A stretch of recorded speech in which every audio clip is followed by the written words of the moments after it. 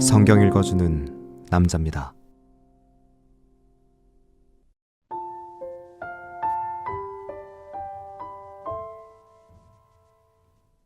여호와 하나님의 지으신 들짐승 중에 뱀이 가장 간교하더라. 뱀이 여자에게 물어 가로되 하나님이 참으로 너희더러 동산 모든 나무의 실과를 먹지 말라 하시더냐.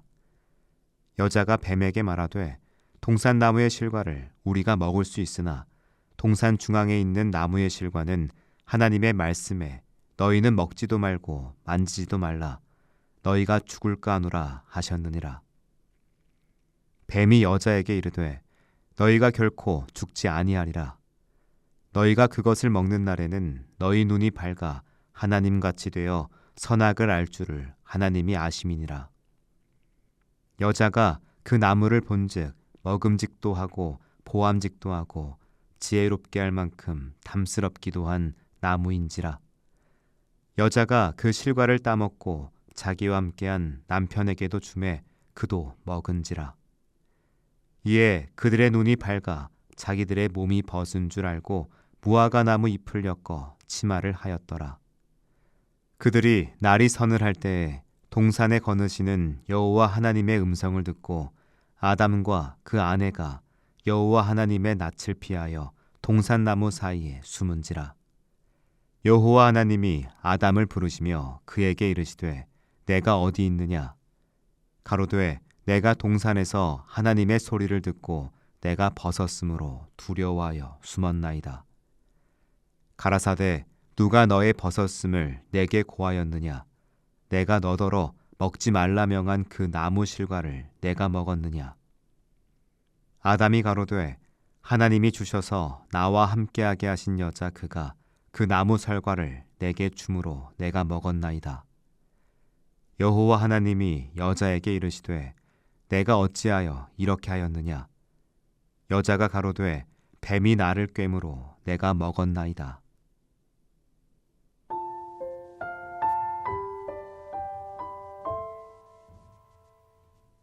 하루에도 수십 번씩 유연함과 정직함 사이에서 줄타기를 할 때가 있습니다. 직장에서 친구들과의 대화 속에서 뻣뻣하게 원칙을 고수하면 답답한 사람 취급을 받죠. 적당히 흐름에 맞춰 타협할 줄 아는 사람은 센스 있는 사람이 됩니다. 그리스도인으로서 정체성을 드러내는 것이 왠지 촌스럽고 시대에 뒤떨어진 것처럼 느껴져 슬그머니 세상의 논리에 고개를 끄덕였던 부끄러운 순간들이 있습니다. 명확한 진리보단 모호한 회색지대가 훨씬 세련돼 보이고 그 안에서 적당히 처세하는 것이야말로 이 험한 세상에서 살아남는 지혜라고 스스로를 합리화하곤 합니다.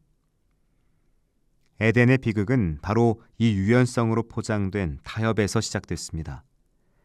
뱀은 뿔 달린 괴물이 아니라 세련된 지식인의 얼굴로 다가왔었죠.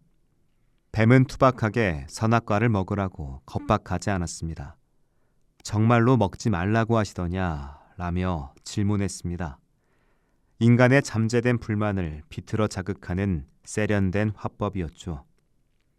성경에 나오는 거 다 지키고 살면 망한다며 적당한 타협을 종용하는 목소리와 소름 끼치도록 닮아 있습니다. 이 질문 앞에 하와는 흔들립니다. 그리고 결정적인 실수를 저지르죠. 그녀는 하나님이 하신 말씀에 자신의 생각을 덧붙여 버립니다. 먹지도 말고 만지지도 말라고 하셨다라고요. 하나님은 만지는 것까지 막지 않으셨습니다. 하와는 하나님의 말씀만으로는 부족하다고 느꼈거나 하나님을 지나치게 엄격한 분으로 과장해 표현했죠. 이게 타락의 본질입니다. 진리에 무언가를 섞는 것 말이죠. 그리스도인의 정체성은 말씀에 무언가를 더하거나 뺄 때 무너집니다. 눈치를 보느라 하나님의 말씀을 있는 그대로 믿지 못하고 적당한 해석을 덧붙이는 순간 거룩한 경계선은 허물어집니다. 성경의 첫 번째 유혹과 타락이 거창한 이념이 아닌 고작 먹을 것에서 시작되었다는 점은 시사하는 바가 큽니다. 포로기 유대인들에게 식탁은 정체성을 지키는 최후의 보루였습니다. 다니엘이 왕의 진미를 거절하고 베드로가 환상 중에 부정한 음식을 거부했듯이 이들에게 무엇을 먹느냐는 곧 우리는 누구인가를 결정하는 중요한 경계 표지였습니다. 창세기의 선악과 사건은 바빌로니아의 포로기로 끌려가 그들의 문화에 동화될 위기에 처해 있던 그 시절의 유대인의 실존적 위기를 반영한 말씀이죠. 먹음직스럽고 보기도 좋고 지혜를 주기에 충분해 보이는 바빌로니아의 방식을 따르기로 선택한 사람들이 나날이 늘어났을 겁니다. 거룩한 백성이라는 정체성을 잃고 제국의 문화에 흔적 없이 용해되어가는 위기의 시대였습니다. 창세기는 그토록 갈망하던 바빌로니아의 지혜가 참담한 대가를 줄 거라고 말합니다. 눈이 밝아져 보게 된 건 신과 같은 영광이 아니라 비참한 벌거벗은 뿐이었습니다. 아무리 노력해도 제국의 2등, 3등 시민 자리를 넘어설 수 없는 한계가 그들 앞에 있었죠. 어떻게든 그 한계를 극복하기 위해 이름을 바꾸고 히브리어를 쓰지 않으며 적극적으로 동화되기 위해 몸부림치는 사람들도 있었을 겁니다. 식민지 조선에선 그런 사람들을 앞잡이라고 불렀죠. 그때가 아니더라도 사람들은 학력, 지위, 인맥 같은 조악한 무화과 나무 잎을 엮어 공허한 내면을 가리려 합니다. 창세기는 선언합니다. 겉으로는 성공한 듯하나 실상은 하나님을 피해 숨어야 하는 도망자가 됐습니다. 아무리 스펙이 짱짱한 사람도 너 어디 있느냐는 부르심 앞에서는 벌거벗은 영혼일 뿐입니다. 경계선을 넘으면 자유가 있을 줄 알았는데 기다리는 건 공포였습니다. 하나님이 무언가를 금지하는 까닭은 기쁨을 뺏기 위함이 아닙니다. 우리를 뱀의 독으로부터 지키려는 의도였습니다. 바빌로니아의 지혜는 결국 하나님의 백성을 죽이는 독이기 때문입니다. 뱀이 약속한 지혜의 끝이 무엇이었습니까? 하나님을 두려워해서 숨었고 비겁하게 서로를 탓하는 것뿐이었습니다. 우리가 회복해야 할 진짜 지혜는 바빌로니아의 화려한 식탁에 합석하며 그들의 인정을 받는 것이 아닙니다. 모두가 미련하다고 비웃을지라도 투박한 말씀을 생명처럼 붙들고 거룩한 불편함을 감수하는 겁니다.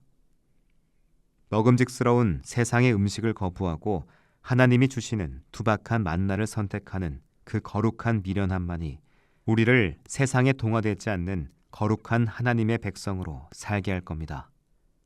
기도하겠습니다. 주님, 세상의 세련된 지혜가 저를 유혹할 때 미련해 보일지라도 주님의 말씀을 지키는 거룩한 바보가 되게 하소서. 아멘.